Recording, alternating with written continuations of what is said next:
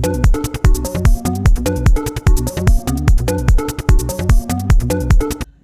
students, viewers and friends and aspirants, welcome to my chemistry class. Welcome to my YouTube channel Satish Keys.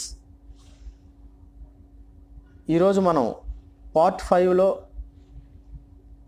రసాయన శాస్త్రం నుంచి general స్టడీస్లో నిత్యము అడుగుతున్నటువంటి ఒక 30 బిట్స్ మనం ఈరోజు డిస్కస్ చేస్తున్నాం. ఆల్రెడీ ఇంతవరకు మనం 4 భాగాల్లో 4 into 30 బిట్స్ 120 బిట్స్ మనం చెప్పడం జరిగింది. ఈ సెషన్లో మనం 30 బిట్స్ 121 to 150 బిట్స్ ఈరోజు మనం డిస్కస్ చేస్తున్నాం. అన్ని బిట్స్ కూడా మీకు చాలా అత్యంత ఇంపార్టెంట్ అయిన బిట్స్ ఇవి.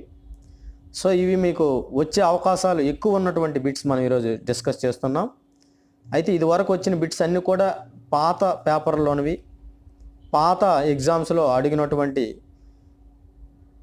బిట్సే మనం చర్చించాము. సో అవన్నీ మీకు అర్థమయ్యి నేను భావిస్తున్నాను. మీరు ఫాలో అవ్వండి మా ఛానల్ని. So subscribe my channel to get more videos and more updates. Update చేసుకుంటే మీరు ఛానల్ని సబ్స్క్రైబ్ చేసుకుంటే మీకు మంచి అప్డేట్స్ అన్నీ వస్తాయి కెమిస్ట్రీకి సంబంధించినవి. అలాగే జనరల్ స్టడీస్ విభాగం నుంచి physics, history, GK, science and technology, environment సంబంధించిన బిట్స్ అన్నీ కూడా మీకు త్వరలో బిట్స్ అన్నీ కూడా వస్తాయి నోటిఫికేషన్స్ కింద. సో సతీష్ కీస్ మీరు యూట్యూబ్ ఛానల్లో క్లిక్ చేస్తే యూట్యూబ్లో ఓపెన్ అవుతుంది. సో అందులో బెల్ ఐకాన్ మీరు టిక్ చేస్తే అన్ని నోటిఫికేషన్స్ అన్నీ కూడా నావి కనిపిస్తాయి. సో ఈ ఛానల్ ద్వారా ముఖ్య ఉద్దేశం ఏంటంటే విద్యార్థులు చాలామందికి కోచింగ్ సెంటర్స్కి వెళ్ళే అవకాశం ఉండదు, ఇంటి దగ్గర ఉంటుంటారు, జాబ్స్ చేసుకుంటుంటారు. అటువంటి వాళ్ళకి ఈ ఛానల్ ఉపయోగపడుతుంది. సులువుగా వాళ్ళు బిట్స్ని టిక్ చేసుకోవచ్చు. చాలా సులువుగా బిట్స్ని ఈ ఛానల్ నుంచి నేర్చుకోవచ్చు. సో ఈ బిట్స్తో పాటుగా ఎక్స్ట్రా నాలెడ్జ్ కూడా మనం అందజేస్తూ ఉంటాం బిట్స్తో పాటుగా. సో ఈ 30 బిట్స్ వల్ల మీకు సుమారు ఒక 70-80 బిట్స్ చేసేంత నాలెడ్జ్ మీకు ఈ ప్రెజెంటేషన్ వల్ల వస్తుంది. ఓకే, ఇక స్టార్ట్ చేద్దాం. మన టాపిక్లో ఈరోజు మనం ధాతువులు నుంచి వచ్చే లోహాల గురించి, అలాగే ప్రోటీన్లో ఉండే, అలాగే పిగ్మెంట్స్లో ఉన్నటువంటి లోహాల గురించి, మిశ్రమ లోహాల గురించి, ఇకలో కొన్ని మూలకాల యొక్క ప్రత్యేకత గురించి, ప్రాముఖ్యత గురించి ఈరోజు మనం 6 మ్యాచింగ్స్ చేస్తాం. సో స్టార్ట్ చేద్దాం మన టాపిక్ని. సో ఫస్ట్ మ్యాచింగ్ చూద్దాం. సో ఫస్ట్ మ్యాచింగ్ చూస్తే ప్రోటీను, పిగ్మెంటు, లోహము, పిగ్మెంట్స్, ప్రోటీను, మెటల్ మ్యాచింగ్ చూద్దాం. సో మనం ఇక చూసుకుంటే ఒక సైడ్ మనకి chlorophyll, insulin, cyanocobalamin, hemoglobin, hemocyanin, ఇవి కొన్ని క్లోరోఫిల్ ఇటువంటివన్నీ పిగ్మెంట్స్. ఇవి క్రోమోప్రోటీన్స్, హెమోగ్లోబిన్ ఇవన్నీ కూడా రంగుని కలిగి ఉంటాయి. హెమోసైనిన్ ఇవన్నీ. సైనికోబాలమైన్ మీకు తెలుసు బి కాంప్లెక్స్. ఇన్సులిన్ ఈజ్ మనకి ఇది కూడా enzyme. So all enzymes are proteins. ఇది కూడా ప్రోటీనే మనకి ఇన్సులిన్ కూడా. అయితే ఇందులో ఉండే లోహాలు ఏంటేంటి ఉంటాయి? క్లోరోఫిల్లో ఉండే లోహం ఏంటి, ఇన్సులిన్లో ఉండే లోహం ఏంటి, సైనికోబాలమైన్లో ఉండే లోహాలు ఏంటి, ఇక హెమోగ్లోబిన్లో ఎర్ర రంగుగా ఉంటుంది కదా ఎందువలన, అలాగే హెమోసైనిన్ అనే ఒక ప్రోటీను, క్రోమోప్రోటీను, ఇందులో ఉండే లోహాలు ఏంటి అనేది మనం చూద్దాం. ఇది మ్యాచింగ్. సో మ్యాచింగ్లో మనకి ఇటు పక్క right side zinc, magnesium, ferrous అంటే ఐరన్, సియు అంటే కాపరు, అలాగే సిఓ అంటే కోబాల్ట్. సి పెద్దది రాస్తాము, ఓ చిన్నది రాయాలి. సిఓ రెండు సమానంగా రాస్తే కార్బన్ మోనాక్సైడ్ అయిపోతుంది. సి పెద్దది రాయాలి, ఓ చిన్నది రాయాలి. దాన్ని కోబాల్ట్ అంటాము. దాని యొక్క పరమాణు సంఖ్య 27 ఉంటుంది. కాపర్ది అయితే మనకి 29 పరమాణు సంఖ్య, ఐరన్ది అయితే 26, మెగ్నీషియం అయితే 12, జింక్ అయితే 30. ఇవి పరమాణు సంఖ్యలు. అయితే క్లోరోఫిల్ ఫస్ట్ బిట్ చూద్దాం. క్లోరోఫిల్ అంటే మీకు తెలుసు, it is a pigment in plants. మనకి మొక్కల్లో పత్రహరితంలో మనకి క్లోరోఫిల్ ఉంటుంది.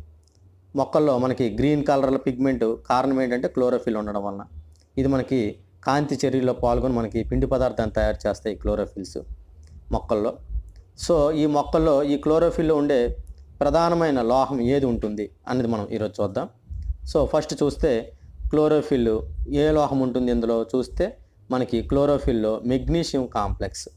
సో క్లోరోఫిల్లో ఏముంటుంది? మెగ్నీషియం ఉంటుంది. సో ఆ మెగ్నీషియం కూడా ఎలా ఉంటుందంటే Mg2+ కింద ఉంటుంది. సో మనకి ఆక్సీకరణ స్థితి అడిగితే Mg2+. ఏం రాసాం? Mg2+. మెగ్నీషియం +2 ఆక్సీకరణ స్థితిలో ఉంటుంది. ఇకపోతే నెక్స్ట్ది డయాబెటిక్ పేషెంట్స్లో మనకి ఇన్సులిన్ ఉత్పత్తి కాకపోతే ఆ గ్లూకోజన్ అంతా కూడా గ్లైకోజన్ కింద మారదు. అది మనకి డైజెషన్ బ్లడ్లో గ్లూకోజ్ మొత్తం వచ్చేస్తుంది. సో ఇన్సులిన్ మనకి చాలా ఇంపార్టెంట్ డయాబెటిస్ పేషెంట్స్కి. ఇన్సులిన్ ఉండే లోహం ఏంటి? ఇన్సులిన్లో ఉండే లోహం ఏంటంటే జింక్ ఉంటుంది. ఏముంటుంది? ఇన్సులిన్లో జింక్ ఉంటుంది. సో జింక్ ఉంటే insulin answer, right answer insulin, zinc. So ఇకపోతే ఇంకా ఉన్నాయి కొన్ని ఎంజైమ్స్. ఆల్కహాల్ డీహైడ్రోజనేసు, కార్బాక్సీ పెప్టైడేజు, అందులో కూడా మనకి జింకే ఉంటుంది. సో జింక్ Zn2+ కింద. ఇకపోతే సైనికోబాలమైన్ అంటే ఇది మనకి విటమిన్ బి కాంప్లెక్స్లో B12 అంటాం, సైనికోబాలమైన్. ఇందులో ఉండే లోహము ఏంటంటే అందులో ఈజీగా గుర్తుపెట్టుకోవచ్చు, CO అన్నాం కాబట్టి కోబాల్ట్ ఉంటుంది. సో విటమిన్ B12లో ఏముంటుంది? సైనికోబాలమైన్లో B12 ఉంటుంది. ఆ కోబాల్ట్ ఏ ఆక్సీకరణ స్థితిలో ఉంటుందంటే CO3+ కింద ఉంటుంది. కోబాల్ట్ ఆక్సీకరణ స్థితి చూస్తే +3. ఇకపోతే నెక్స్ట్ మీరు చూస్తే హెమోగ్లోబిన్ అంటే మనకు తెలుసు ఆల్రెడీ, రక్తం ఎర్రగా ఉండడానికి కారణం ఏంటంటే హెమోగ్లోబిన్ అందులో ఉండడమే. ఆ హెమోగ్లోబిన్లో ఉండే మనకి లోహం ఏది ఉంటుంది హెమోగ్లోబిన్లో అంటే అది క్రోమోప్రోటీన్, రంగుని కలిగి ఉన్నటువంటి ప్రోటీన్లతో బంధించబడి ఉంటుంది ఆ కాంప్లెక్స్. అయితే ఐరన్ ఇందులో మనకి హెమోగ్లోబిన్లో ఉంటుంది. ఈ హెమోగ్లోబిన్ మనకు తగ్గిపోతే మనకి ఎనిమియా డిసీజ్ వస్తుంది. సో మనం ఐరన్ ఎక్కువగా తీసుకోవాలి ఎనిమియా డిసీజ్ రాకుండా ఉండాలంటే. సో ఇక్కడ ఐరన్ ఎలా ఉంటుందంటే Fe2+ కింద ఉంటుంది, ఫెర్రస్ స్థితిలోనే ఉంటుంది. ఇక్కడ హెమోగ్లోబిన్లో ఐరన్ కాంప్లెక్స్ ఎలా ఉంటుందంటే ఫెర్రస్ స్థితి అంటే Fe2+ స్థితిలో ఉంటుంది.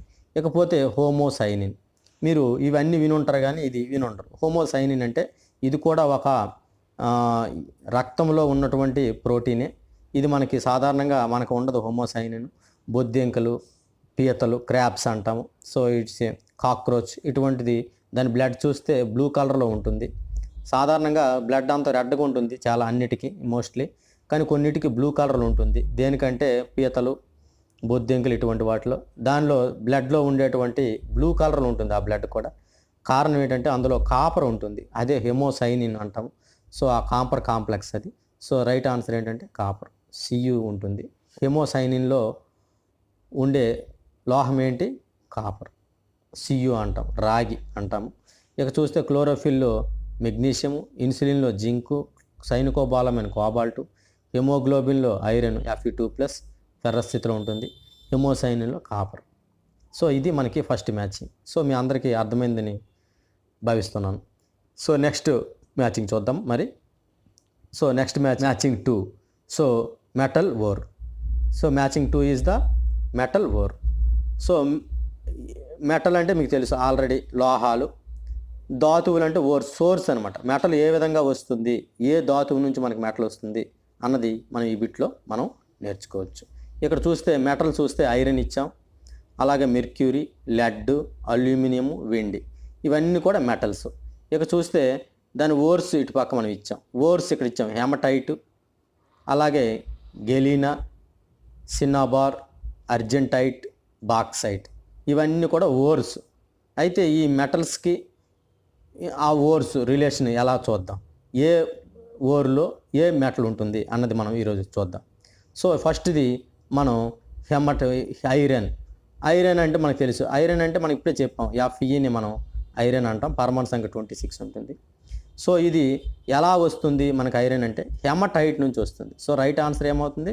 Haematite is the right answer. Hematite ఉంటుంది. దాని హెమటైట్ యొక్క ఫార్ములా చూస్తే Fe2O3. Fe2O3ని మనం హెమటైట్ అంటాం. ఫెర్రిక్ ఆక్సైడ్ ఇది. సో ఫెర్రిక్ ఆక్సైడే హెమటైట్ కింద మనం చెప్తాం. సో ఆక్సైడ్స్ రూపంలో మనకి రాయిల రూపంలో మనకి భూమి మీద కనిపిస్తుంటాయి, అవి ఐరన్వి. హెమటైట్ అందులో లోహము ఐరన్ ఉంటుంది. సో ఇకపోతే నెక్స్ట్ది మెర్క్యూరీ. మెర్క్యూరీ అంటే దీన్ని మనం తెలుగులో పాదరసం అని అంటాము. సో ఈ మెర్క్యూరీ దేని నుంచి మనం పొందుతాము, ఏ ధాతువు నుంచి మనం మెర్క్యూరీ పొందుతామంటే ఇక్కడ మనకి ఇచ్చాడు గెలీనా, సినాబార్, అర్జెంటైన్ అని. సో మనకి మెర్క్యూరీ దేని నుంచి వస్తుందంటే సినాబార్ నుంచి వస్తుంది. సినాబార్ అంటే మనకి దీన్ని మనం ఏం రాస్తామంటే మెర్క్యూరీ సల్ఫైడ్, HgS అని రాస్తాం. సో ఇవి సల్ఫైడ్ ధాతువు నుంచి మనం మెర్క్యూరీని పొందుతాము. ఇకపోతే నెక్స్ట్ది లెడ్ అంటే మనకి పీబీతో సూచిస్తాం. మెర్క్యూరీని మనం హెచ్జితో సూచిస్తే మనం లెడ్ని పీబీతో సూచిస్తాము. సో ప్లంబం అంటాం. సో ఈ లెడ్ దేని నుంచి వస్తుందంటే మనకి గెలీనా నుంచి వస్తుంది.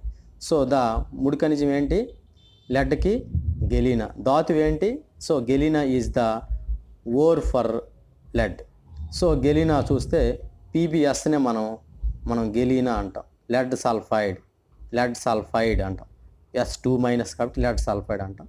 ఇకపోతే నెక్స్ట్ది అల్యూమినియం మనకి ఎలా వస్తుంది అంటే మనకి అల్యూమినియం బాక్సైట్స్ నుంచి మనం పొందుతాం.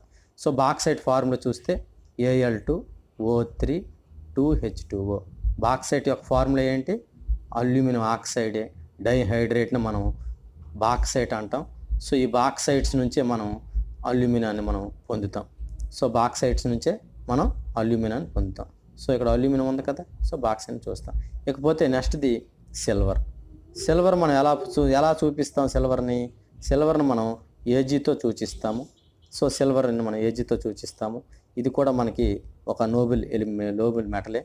కాయినేజ్ ఎలిమెంట్స్లో మనం సిల్వర్ని వాడుతాము. అయితే సిల్వర్ని మనం దేని నుంచి పొందుతామంటే అర్జెంటైట్ నుంచి పొందుతాము.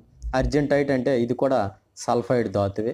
సో దీని యొక్క ఫార్ములా చూస్తే Ag2S అంటాం. Ag+S2- కాబట్టి సో Ag2S అంటాం. సిల్వర్ సల్ఫైడ్ ఇవన్నీ ఇంచుమించు బ్లాక్ కలర్లోనే ఉంటాయి ఈ ధాతువులన్నీ కూడా. సో ఇది మనకి matching of metal with ore. So మెటల్కి ఓర్కి మధ్య మ్యాచింగ్ మనం ఈరోజు నేర్చుకున్నాం. సో ఇవన్నీ కూడా మీకు అర్థమై ఉంటాయి. ఐరన్ ఓర్ ఏంటి హెమటైటు, మెర్క్యూరీ అయితే సినాబారు, లెడ్ అయితే గెలీనా, అల్యూమినియం అయితే బాక్సైటు, సిల్వర్ అయితే అర్జెంటైట్. సో ఇది మనకి మెటల్ ధాతువు. సో మ్యాచింగ్ 3 చూద్దాం. సో మ్యాచింగ్ 3లో రసాయన నామము formula, compound mineral formula. So మనకి ఇక్కడ కాంపౌండ్స్ ఇచ్చాం. డాలమైట్ అని, మార్బుల్ అని, బ్లూ విట్రోల్ అని, ఎప్సమైట్ అని, అలాగే యాక్వరేజ్ అని మనకి కాంపౌండ్స్ ఇచ్చాము. సమ్ ఆఫ్ దెమ్ మినరల్స్ కూడా ఉన్నాయి ఇందులో. అయితే వీటికి ఫార్ములాస్ ఎలా సూచిస్తాము, ఇక డాలమైట్ ఫస్ట్ మనం చూస్తే డాలమైట్ మనం చూద్దాం. సో డాలమైట్ మనం చూస్తే ఇది ఏంటి, దేని యొక్క మిశ్రమం దీని యొక్క ఫార్ములా ఎలా రాస్తామంటే ఇది కాల్షియం మెగ్నీషియం యొక్క కార్బోనేట్నే మనం డాలమైట్స్ అంటాము. సో రైట్ ఆన్సర్ ఏమవుతుంది, కాల్షియం కార్బోనేటు మెగ్నీషియం కార్బోనేటే మనకి డాలమైట్. సో కాల్షియం కార్బోనేటు మెగ్నీషియం కార్బోనేట్ల మిశ్రమాన్ని మనం డాలమైట్ అంటాం. సో వీటి ద్వారా మనం కాల్షియం మెగ్నీషియం లోహాలను మనం పొందొచ్చు.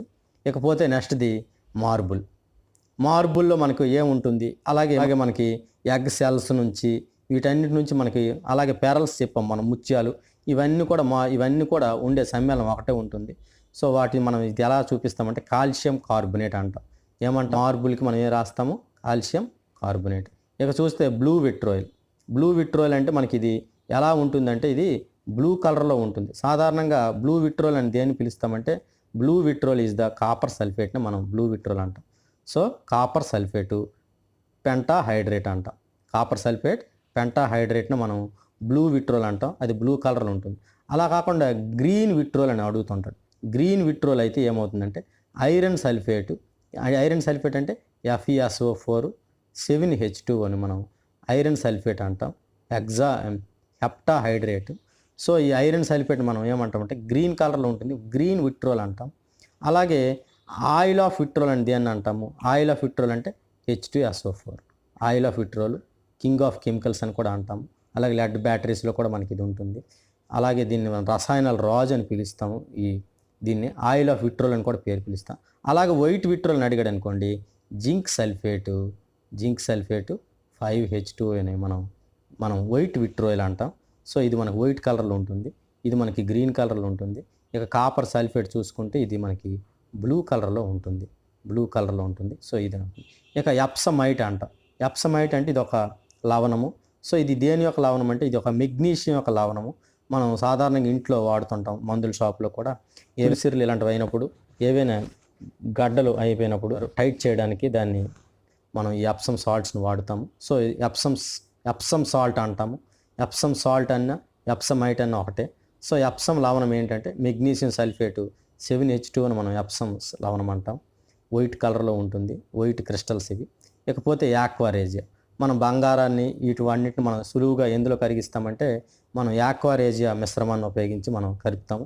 అయితే యాక్వారేజియా మిశ్రమంలో ఉన్నటువంటి సమ్మేళనాలు ఏంటంటే 1:3 నిష్పత్తిలో నైట్రిక్ ఆమ్లము, హైడ్రోక్లోరిక్ ఆమ్లం. నైట్రిక్ ఆమ్లాన్ని HNO3 అంటాము, హైడ్రోక్లోరిక్ ఆమ్లాన్ని HCl అంటాం. 1:3 నిష్పత్తిలో HNO3, HCl మిశ్రమాన్ని మనం యాక్వారేజియా అంటాం. ఇది మనం ఏవైనా నోబుల్ మెటల్స్ కరిగించడానికి ఎక్కువగా దీన్ని మనం వాడుతారు. సో ఇది మ్యాచింగ్. సో ఇదంతా కూడా మీకు అర్థమై ఉంటుంది. డోలమైట్ అంటే calcium carbonate, magnesium carbonate. Marble అంటే కాల్షియం కార్బోనేటు. బ్లూ విట్రోల్ అంటే కాపర్ సల్ఫేటు. వైట్ విట్రోల్ అంటే జింక్ సల్ఫేటు. అలాగే ఆయిల్ ఆఫ్ విట్రోల్ అంటే H2SO4. గ్రీన్ విట్రోల్ అంటే మనకి ఐరన్ సల్ఫేటు. ఇక ఎప్సమైట్ చూస్తే మెగ్నీషియం సల్ఫేటు 7H2 అని ఎప్సమైట్ ఆర్ ఎప్సమ్ సాల్ట్ అంటాం. ఇకపోతే నెక్స్ట్ది aqua regia. Aqua regia is the mixture of 1:3 ratio of nitric acid and hydrochloric acid. So ఇది మనం యాక్వారేజియా అని అంటాం. సో ద్రవరాజ్యం అని తెలుగులో దీన్ని అడుగుతుంటాడు. ఇంగ్లీష్లో కూడా యాక్వారేజియా అని కూడా అడుగుతుంటాడు. ఇక నైట్రేషన్ మిశ్రమం అయితే 1:1 రేషియో ఆఫ్ HNO3, H2SO4ని మనం నైట్రేషన్ మిశ్రమం అంటాం. జనరల్గా కార్బన్ సమ్మేళనాల్లో నైట్రేషన్ ప్రాసెస్కి మనం దాన్ని ఎక్కువగా వాడుతాము, nitration mixture. So next matching 4 చూద్దాం. సో మ్యాచింగ్ 4లో మనం ఎల్లాయిస్ చూద్దాం. సో మనకి ఎక్కువగా ఎల్లాయిస్ అడుగుతుంటాడు. సో మనం ఆల్రెడీ ఇది వరకే 120 బిట్స్ పార్ట్ 4 వరకు నేర్చుకున్నాం. అందులో కొన్ని రకాల ఎల్లాయిస్ మనం డిస్కస్ చేసాం. That knowledge may help you to solve these questions. ఇక్కడ మనం 4 పార్ట్స్ మనం చర్చ ఇంతవరకు బిట్స్ చేసాము. ఆ బిట్స్ ఇక్కడ మనకి ఉపయోగపడతాయి. సో ఫస్ట్ చూస్తే స్టెయిన్లెస్ స్టీల్. ఫస్ట్ బిట్ చూస్తే మనకి ఏంటి, మనకి ఫస్ట్ బిట్ ఇక్కడ మనం చూస్తే స్టెయిన్లెస్ స్టీల్. స్టెయిన్లెస్ స్టీల్ ఏంటి అంటే మనకి స్టెయిన్లెస్ స్టీల్లో అయితే ఐరన్ కార్బన్ అంటాం మిశ్రమాన్ని. ఇక్కడ స్టెయిన్లెస్ స్టీల్లో మనకి క్రోమియం కూడా యాడ్ అవుతుంది. సో ద రైట్ ఆన్సర్ ఏమవుతుంది, ఐరన్, క్రోమియం, కార్బన్, నికెల్ యొక్క మిశ్రమాన్ని మనం స్టెయిన్లెస్ స్టీల్ అంటాం. ఇకపోతే బ్రాంజ్ అంటే కాంస్యం అంటాం. సో కాంస్యము, కంచు అనే పదాలు వాడతారు. సో బ్రాంజ్ మెటల్స్ అంటాం. సో బ్రాంజ్లో ఉండే మెటల్స్ ఏంటి, the mixture of bronze contain mixture of copper tin అంటాం. సో ఇక్కడ టిన్ అని ఎందుకు అన్నామంటే, సో ఇక్కడ కాపర్ టిన్, ఇది SN అంటే మనం టిన్ అంటాము. SN మనం టిన్ అని అంటాం. దీన్ని తెలుగులో అయితే తగరం అంటాం. కాపరు అంటే రాగి, తగరము మిశ్రమాన్ని మనం కాంస్యం అంటాం. ఇకపోతే నెక్స్ట్ది రోల్డ్ గోల్డ్. సో మనం జనరల్గా ఆర్నమెంట్స్లో ఎక్కువ మనం చూస్తే షాప్స్లో కొంటుంటాం. సో రోల్డ్ గోల్డ్ అంటారు. అది గోల్డ్ కాదు. గోల్డ్ అంటే చాలా కాస్ట్లీ సమ్మేళనం అది. సో ప్యూర్ మెటల్ మెత్తగా ఉంటుంది. రోల్డ్ గోల్డ్ అయితే చాలా హార్డ్గా ఉంటుంది. It is alloy and corrosion ఉండదు, తక్కువ. ఇకపోతే దీన్ని చాలా గట్టిగా ఉంటాయి. సో దాన్ని మనం రోల్డ్ గోల్డ్ అంటాం. సాధారణంగా రోల్డ్ గోల్డ్ ఉండే మిశ్రమం ఏంటంటే కాపరు, అల్యూమినియం మిశ్రమే మనకి రోల్డ్ గోల్డ్ అంటాం. ఇది మనకి చాలా హార్డ్గా ఉంటుంది. సో దాన్ని మనం రోల్డ్ గోల్డ్ అంటాం. సో ఇకపోతే నెక్స్ట్ది జర్మన్ సిల్వర్. సాధారణంగా పూర్వము ఇది సిల్వర్ లాగే ఉంటుంది, ఆల్మోస్ట్ పోల్చలేము. కానీ ఎలా మనం పోల్చొచ్చు అంటే, సిల్వర్ అయితే కొద్దిగా మెత్తగా ఉంటుంది, జర్మన్ సిల్వర్ అయితే చాలా హార్డ్గా ఉంటుంది, చాలా గట్టిగా ఉంటుంది. ఎపిరెన్స్ మాత్రం సిల్వర్ లాగే కనిపిస్తుంది. అలాగే దీన్ని మనం నికెల్ సిల్వర్ అని కూడా పిలుస్తారు, ఈ జర్మన్ సిల్వర్ని. సో జర్మన్ సిల్వర్ మిశ్రమం ఏంటంటే కాపరు, నికెల్, జింక్. కాపరు, నికెల్, జింక్ మిశ్రమాన్ని మనం సిల్వర్ అంటాము. ఇక జర్మన్ సిల్వర్ అని పిలుస్తాము. ఇక్కడ కాపర్ చూస్తే పరమాణు సంఖ్య 29, నికెల్ది అయితే 28, జింక్ది అయితే 30. ఆ 3 ఎలిమెంట్స్ పీరియడ్ టేబుల్లో వరుస ఉంటాయి, 28, 29, 30. 28 నికెలు, 29 కాపరు, 30 జింక్. ఇక్కడ పర్సంటేజ్ చూసుకుంటే ఆల్మోస్ట్ ఒకసారి జర్మన్ సిల్వర్లో పర్సంటేజ్ చూస్తే కాపర్ మనకి 50% ఉంటే, నికెల్ మనకి 30% ఉంటుంది, రిమైనింగ్ 20% జింక్ ఉంటుంది. సో ఇది మనకి మిక్చర్ ఎలా ఉంటుంది. ఇకపోతే బ్రాంజ్లో అయితే ఆల్మోస్ట్ కాపర్ 90% ఉంటుంది, టిన్ ఏమో మనకి 10 to 12% ఉంటుంది. సో ఇది అరౌండ్ 90% ఉంటే ఇది ఉంటుంది. సో ఇది ఈ విధంగా మనం చెప్తాము. ఇకపోతే సోల్డర్ అంటే మనం సాధారణంగా ఎలక్ట్రికల్ దాంట్లో మనం సోల్డరింగ్ చేస్తుంటాము. సో ఈ సోల్డరింగ్లో మనం వాడే ఎలా ఏంటంటే ఇది మనం టిన్ను లెడ్ అంట, టిన్ ప్లస్ లెడ్, స్టానస్ అని అంటాము. అలాగే పీబీని మనం లెడ్ అంట. సో టిన్ ప్లస్ లెడ్నే మనం సోల్డర్ ఎలా అని పిలుస్తాము. సో ఇందులో ఆల్మోస్ట్ 60-40 రేషియోలో మనకి టిన్ ఏమో 60% ఉంటే మనకి లెడ్ ఏమో 40% వరకు మనకి లెడ్ ఉంటుంది, 40% ఉంటుంది.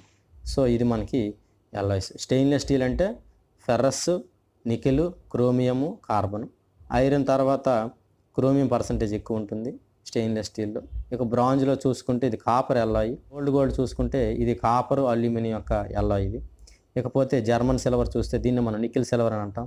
It's appear as a silver లాగా వైట్ కలర్లో మెరుస్తూ ఉంటుంది. కానీ ఇది మనకి ఎలా మనం పోల్చొచ్చు అంటే మనం ఇది చాలా హార్డ్గా ఉంటుంది, సిల్వర్ అయితే కొద్దిగా మెత్తగా ఉంటుంది. సో ఆ విధంగా మనం పోల్చొచ్చు. జర్మన్ సిల్వర్ అంటే కాపర్, నికెల్, జింక్ని మనం జర్మన్ సిల్వర్ అంటాం. ఇక చూస్తే సోల్డర్ అంటే మనకి టిన్ను లెడ్. ఈ టిన్ను లెడ్ కూడా carbon, silicon, germanium, tin lead అంటాం. అవి కూడా కార్బన్ ఫ్యామిలీ, అది 4th గ్రూప్ ఎలిమెంట్స్ అంటాం. ఆ కార్బన్ ఫ్యామిలీలో టిన్ను లెడ్ కూడా మనకి ఒకే వరుసలో ఒకే గ్రూప్ ఎలిమెంట్స్ ఇవి. సో టిన్ పర్సెంట్ 60% ఉంటే లెడ్ పర్సెంట్ 40 ఉంటుంది. సో మ్యాచింగ్ 5 మనం చూద్దాం ఇప్పుడు. ప్రీవియస్ ఇయర్స్లో కూడా మనకు కనిపిస్తున్న బిట్లను ఆధారంగా చేసుకొని పీరియాడిక్ టేబుల్ మూలకాలు ఆధారంగా చేసుకొని ఒక 10 బిట్స్ తయారు చేయడం జరిగింది. సో ఇందులో ముందుగా మనం 141 to 145 మ్యాచింగ్ 5 మనం చూద్దాం. సో ఫస్ట్ది ఎలక్ట్రాన్ నెగిటివిటీ అడుగుతున్నాడు. సో హైయెస్ట్ ఎలక్ట్రాన్ ఎఫినిటీ కల మూలకము ఏది? హైయెస్ట్ ఎలక్ట్రాన్ నెగిటివిటీ కల మూలకం ఏంటి? Highest melting point metal, liquid non metal, అలాగే ఎలిమెంట్ కెప్టిన్, కిరోసిన్. ఇటుపక్క చూస్తే క్లోరిను, ఫ్లోరిను, బ్రోమిను, డబ్ల్యూ అంటే మనకు టంగస్టన్ ఇది. ఇక్కడ చూస్తే ఎన్ఈ అంటే సోడియము, కే అంటే పొటాషియము, సీజియం, సిఎస్ అంటే సీజియం. సో ఇవన్నీ కూడా లోహాలే మనకి. సో వీటిని మనం ఎలా మేజ్ చేస్తాం? హైయెస్ట్ ఎలక్ట్రాన్ ఎఫినిటీ కల మూలకం ఏంటంటే పీరియాడిక్ టేబుల్లో మనకి అధిక ఎలక్ట్రాన్ ఎఫినిటీ ఉన్నటువంటి మూలకం మనకి ఏంటంటే క్లోరిన్ రైట్ ఆన్సర్. చాలామంది విద్యార్థులు తప్పు చేస్తుంటారు. సో రైట్ ఆన్సర్ ఏమవుతుంది? Chlorine is the right answer. ఏంటవుతుంది answer? Chlorine is the right answer.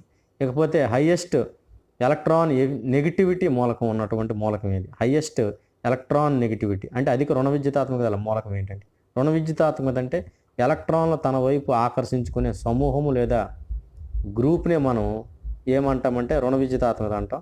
So అక్కడ చూస్తే అధిక రుణ విద్యుతాత్మక లోహం ఏంటి? అధిక రుణ విద్యుతాత్మక మూలకం ఏంటంటే మనకి fluorine is the right answer. So F అంటే ఫ్లోరిన్. సో ఎంత ఉంటుందంటే మనకి రుణ విద్యుతాత్మక విలువ 4 ఉంటుంది. దీని యొక్క రుణ విద్యుతాత్మకత ముల్లికన్ స్కేల్ ఆధారంగా చేసుకొని వాళ్ళు రుణ విద్యుతాత్మకత 4గా నిర్ణయించారు. తర్వాత ఏదంటే క్లోరిన్ 3.5, తర్వాత నైట్రోజను. క్లోరిన్తో పాటుగా ఆక్సిజన్ కూడా 3.5 రుణ విద్యుతాత్మకత. సెకండ్ ఎలక్ట్రాన్ నెగిటివిటీ కలిగినటువంటి మూలకాలు ఏంటంటే క్లోరిన్, ఆక్సిజన్. ఫ్లోరిన్ తర్వాత 3.5 ఉంటాయి. ఇకపోతే హైయెస్ట్ మెల్టింగ్ పాయింట్ ఉన్నటువంటి లోహం ఏది? అధిక ద్రవీభవన స్థానం గల లోహం ఏది? ఇంతకుముందు మనం పార్ట్ 3, పార్ట్ 2లో చెప్పడం జరిగింది. సో అధిక ద్రవీభవన స్థానం ఉన్నటువంటి లోహం ఏంటంటే టంగస్టన్ మనకి అధిక ద్రవీభవన స్థానం కలిగినటువంటి లోహం. సో ఎంత ఉంటుందంటే దీన్ని విలువ 3800 డిగ్రీ సెంటీగ్రేడ్ ఉంటుంది. సో అందువల్ల దీన్ని మనం ఫిలమెంట్స్లో, బల్బ్స్లో మనం వాడుతాం. ఇకపోతే లిక్విడ్ నాన్ మెటల్ ఏది? ద్రవ స్థితిలో గల అలోహం ఏది? నాన్ మెటల్ ఏది అంటాడు. సో ఇక్కడ మనకి ద్రవ స్థితిలో ఉన్నటువంటి అలోహం ఏదంటే bromine is the right answer. ఏమవుతుంది? Br2ని మనం బ్రోమిన్ అంటాం. సో లిక్విడ్ స్టేట్లో ఉన్నటువంటి అలోహము బ్రోమిన్ అవుతుంది. లోహం అనుకోండి ఏమవుతుందంటే లిక్విడ్ స్టేట్లో ఉన్నటువంటి లోహం పాదరసం Hg అవుతుంది. సో నెక్స్ట్ది ఎలిమెంట్ కెప్టిన్, కిరోసిన్. కిరోసిన్లో నిల్వ ఉంచే లోహాలు ఏంటి? కిరోసిన్లో ఏవి నిల్వ ఉంచుతారు అంటే సాధారణంగా అవి మామూలుగా ఉంచితే అవి అట్మాస్ఫియర్తో రియాక్ట్ అయిపోయి మనకి ఎక్స్ప్లోజివ్ పేలిపోతాయి, అగ్ని ఉత్పత్తి చేస్తాయి. సో అందువలన అవి మనం కిరోసిన్లో నిల్వ ఉంచుతారు. అటువంటి లోహాలు ఏంటంటే మనకి ఇవే సోడియము, పొటాషియము, సీజియము, అయోడిన్ కూడా మనం రాయలేదు కానీ అయోడిన్ కూడా మనం దేనిలో ఉంచుతామంటే కిరోసిన్లో నిల్వ ఉంచుతాము. సోడియం Na ఎక్కువ ఉన్నది, క్లోరిన్ హైయెస్ట్ రుణ విద్యుతాత్మకత ఎలక్ట్రాన్ నెగిటివిటీ ఉన్నటువంటిది ఫ్లోరిన్ 4 ఉంటుంది. హైయెస్ట్ మెల్టింగ్ పాయింట్ ఉన్నది వోల్ఫ్రామ్ Wతో సూచిస్తాం, టంగస్టన్ అంటాం. లిక్విడ్ నాన్ మెటల్ ఏంటంటే బ్రోమిన్, మెటల్ అయితే మెర్క్యూరీ అవుతుంది పాదరసం. Elements kept in, kerosene. ఈ కిరోసిన్లో ఉన్న లోహాలు నిల్వ చేసే లోహాలు ఏంటంటే సోడియం, పొటాషియం, సీజియం, అయోడిన్ ఇవన్నీ కూడా కిరోసిన్ నిల్వ వస్తాయి. ఇకపోతే నెక్స్ట్ 6th మ్యాచింగ్ 146 నుంచి 150 ఉన్న బిట్స్ మనం చూద్దాం. సో ఇటు పక్క ఏమి ఇచ్చాడు పీరియడ్ టేబుల్లో, ఇది కూడా మనం పీరియడ్ టేబుల్ ఆధారం మూలకాలకు సంబంధించినటువంటి బిట్స్ ఇవి. Metal with highest oxidation state, అధిక ఆక్సీకరణ స్థితి కల లోహం ఏది? అలాగే hardest natural occurring non metal. So అత్యంత కఠిన సహజ లోహం ఏది? ఎలిమెంట్ సబ్లమైజ్ ఆన్ హీటింగ్, ఉత్పతనం చెందే మూలకం ఏది? Metal with lowest melting point అంటాం, అల్ప ద్రవీభవన స్థానం గల లోహము. ఎలిమెంట్ కెప్టిన్ వాటర్, ఏ లోహాన్ని ఏ మూలకాన్ని మనం నీటిలో నిల్వ చేస్తాం? సో ఇవి బిట్స్ చూద్దాం, వాటికి మనం ఆన్సర్స్ ఇప్పుడు మనం చూద్దాం. సో ఇటు పక్క రైట్ ఆన్సర్ చూస్తే మనకి ఇక్కడ ఇచ్చిన ఆన్సర్స్ చూస్తే అయోడిన్, హెచ్జి అంటే మెర్క్యూరీ, ఆస్మియము, అలాగే ఫాస్ఫరస్, అలాగే డైమండ్ ఇవి ఇచ్చాడు. సో ముందుగా మనం చూస్తే metal with highest oxidation state, అధిక ఆక్సీకరణ స్థితిలో ఉన్నటువంటి లోహం ఏదంటే మనకి osmium is the right answer. ఏంటవుతుంది answer? Osmium is the right answer. ఆస్మియంలో మనం చూస్తే ఆస్మియంలో ఆక్సీకరణ స్థితి ఎంత ఉంటుందంటే +8ని ప్రదర్శిస్తుంది. అలాగే ఇంకొక మూలకం కూడా చూపిస్తుంది, రుథీనియం కూడా ఆన్సర్ ఇచ్చాడు Ru, ఇది కూడా +8ని ప్రదర్శించేటువంటి మూలకమే. ఈ రెండు కూడా ఆక్సైడ్స్ కింద ఉంటాయి. ఆస్మియము O4 అంట, ఆస్మియము టెట్రాక్సైడ్, రుథీనియం టెట్రాక్సైడ్లో ఆక్సీకరణ స్థితిలో ఎంత ఉంటే +8ని ప్రదర్శిస్తాయి. పీరియాడిక్ టేబుల్లో అత్యధిక ఆక్సీకరణ స్థితి కలిగినటువంటి మూలకాలు రెండే, ఆస్మియం, రుథీనియం. సో ఇక్కడ మనకు ఆన్సర్ ఏమవుతుంది? ఆస్మియం ఇచ్చారు కదా, ఆస్మియం. సో ఇకపోతే next the hardest natural occurring non metal ఏది? అత్యంత కఠినమైనటువంటి అలోహం ఏది? సో మనకి ఇక్కడ చూస్తే కార్బను 2 ప్రధాన రూపాంతరాలు 3, అందులో గ్రాఫైటు, వజ్రము, లేకపోతే బక్మినిస్టర్ పొలరిన్, దాన్ని బుకీబాల్ అంటాం స్ట్రక్చర్. సో కార్బన్ యొక్క ఎల్లోట్రోప్స్ ఇవన్నీ కూడా. సో ఈ ఎల్లోట్రోప్స్లో మనకి గ్రాఫైట్ చూసుకుంటే మెత్తగా ఉంటుంది, ఇకపోతే డైమండ్ మనకి అత్యంత కఠినమైనటువంటి అలోహము కార్బన్ యొక్క ఇది. సో ఇందులో ఉండే మూలకం ఏంటిది? కార్బన్ యొక్క సమ్మేళనం ఇది. సో హార్డెస్ట్ ఏమవుతుంది? Diamond. Next element sublimise on heating, ఉత్పతనం చెందే మూలకం ఏది? ఉత్పతనం ఏది సులువుగా చెందుతుంది అని మనం అడుగుతున్నాడు. సో మనకు సాధారణంగా సమ్మేళనాలు అయితే నాఫ్థలిన్, అమ్మోనియం క్లోరైడ్, క్యాంఫర్ ఇవన్నీ కూడా ఉత్పత్తి చెందుతాయి, యూరియా కూడా ఉత్పత్తి చెందుతుంది. ఇక్కడ మూలకం ఏమవుతుందంటే అయోడిన్ మనకు సులువుగా ఉత్పత్తి చెందే మూలకం. ఉత్పత్నం అంటే డైరెక్ట్గా సాలిడ్ సమ్మేళనము, డైరెక్ట్గా నేరుగా గ్యాస్ కింద మారిపోతుంది, లిక్విడ్ స్టేట్ రాకుండా, దాన్ని మనం సబ్లిమేషన్ అంటాం. సో ఇక్కడ మనకు మూలకం ఏమవుతుంది? అయోడిన్ అవుతుంది. Metal with lowest melting point, metal with lowest melting point, అల్ప ద్రవీభవన స్థానం గల లోహం ఏది? అల్ప ద్రవీభవన స్థానం గల లోహం ఏది? ఇక్కడ ద్రవీభవన స్థానం చూస్తే మనకి దేనికి తక్కువ ఉంటుందంటే హెచ్జి, పాదరసం అంటాం. హెచ్జిని మనం పాదరసం అంటాం, హెచ్జికి అల్ప ద్రవీభవన స్థానం ఉంటుంది. నెక్స్ట్ది element. So element kept in water, నీటిలో నిల్వ చేసే మూలకం ఏది? నీటిలో నిల్వ చేసే మూలకం ఏది అంటే మనకి ఇక్కడ ఫాస్ఫరస్. ఇందాక చెప్పాం కిరోసిన్లో అయితే సోడియం, పొటాషియం, సీజియం, అయోడిన్ ఇవన్నీ కూడా నీటిలో ఉంచుతారు. సో ఇక్కడ మనకి ఆన్సర్ ఫాస్ఫరస్ ఇది రైట్ ఆన్సర్. దాని పరమాణు సంఖ్య చూస్తే 15 ఉంటుంది పీరియాడిక్ టేబుల్లో. Metal with highest oxidation state ruthenium, osmium. ఇక్కడ మనం ఆస్మియం ఇచ్చాం, right answer. Hardest naturally occurring non metal is diamond. Element sublimise on heating, iodine. Metal with lowest melting point మనకి ఏమవుతుంది? Metal with lowest melting point mercury అవుతుంది. అదే highest అయితే wolfram, tungsten చెప్పాము ఇందాక ముందు మ్యాచింగ్లో. Element kept in water phosphorus right answer అవుతుంది.